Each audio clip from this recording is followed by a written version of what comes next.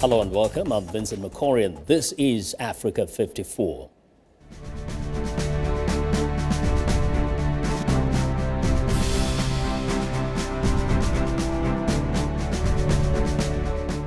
In a nationally televised address Tuesday night, U.S. President Barack Obama presented his case. He said Syria should be punished for its alleged use of poison gas on its own citizens. The August 21st chemical weapons attack killed over 1,400 people. President Obama also cautiously endorsed a Russian diplomatic initiative to defuse the crisis. VOA Senior White House correspondent Dan Robinson has more.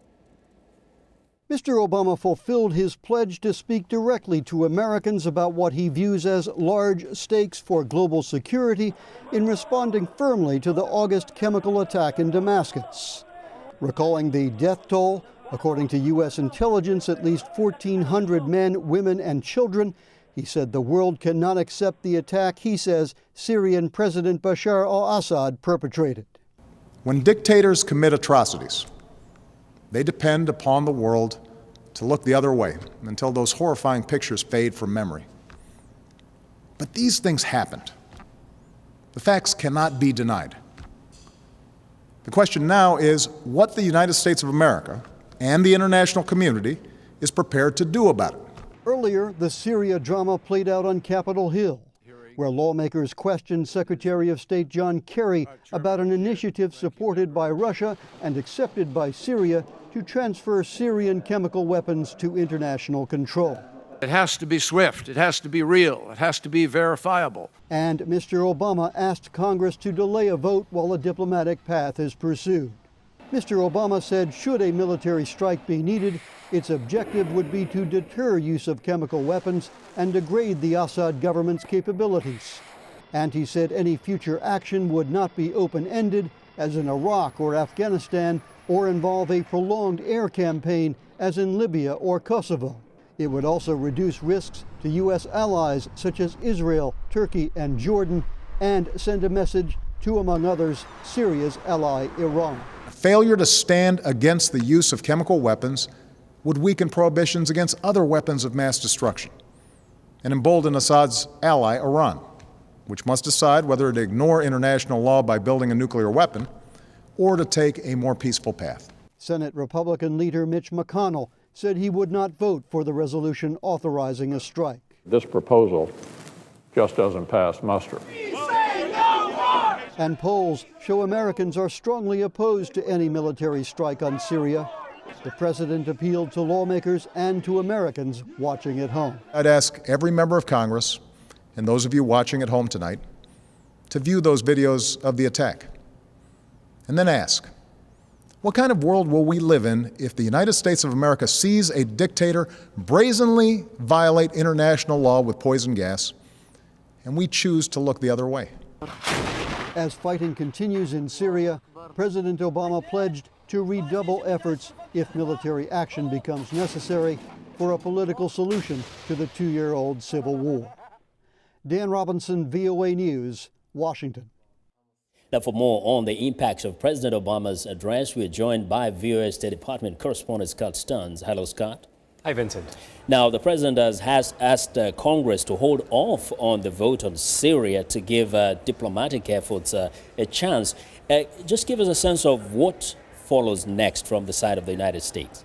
Well, those diplomatic efforts will be led by Secretary of State John Kerry, who leaves this evening for Geneva for a meeting with the Russian Foreign Minister Sergei Lavrov on this Russian proposal that Syria allow its chemical weapons stockpiles to be controlled by some international monitoring group. The purpose of these talks, really between Kerry and Lavrov in Geneva, is to find out how serious this proposal is. What are the real plans? President Obama last night was clear to say that while this is a diplomatic opportunity, it cannot be used as a stalling mechanism by the Syrian government. I think that is the concern by the U.S. government. The president has instructed Secretary Kerry to run this to ground, so to speak. So the secretary will be going to see what is it that the Russians are proposing, how quickly will the Syrian weapons be sequestered, and how might those weapons, beyond being sequestered, be actually destroyed? Yes. Now, can it be said that these talks with Lavrov, if they actually succeed, will unlock any possible stalemate at the United Nations Security Council when the issue finally goes there?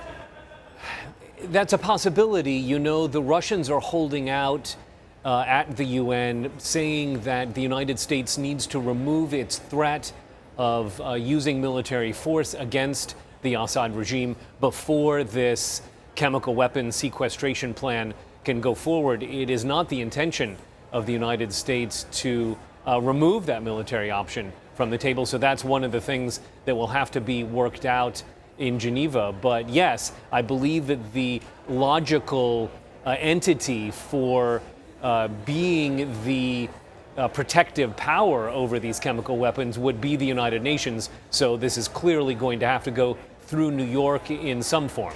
Now, I don't know if there's some kind of memory you have. Has there been a situation of sequestration of weapons like this ones by such an international monetary kind of organ in the past? Well, I can think only of the monitoring that UN weapons inspectors did in North Korea, for example, of its nuclear program. And as you know, ultimately that didn't work because the North Koreans told those inspectors to leave. That's always the risk. Some of the other questions that U.S. officials are asking about this plan: what about the manufacturing capacities of the Syrian regime? It would be one thing for them to give up all of their chemical weapons, but would have little result if they were then able to turn around and produce more. Well, thanks a lot, Scott, for giving us those insights. That is Scott Stearns, VOA's reporter, coming to us live from the State Department.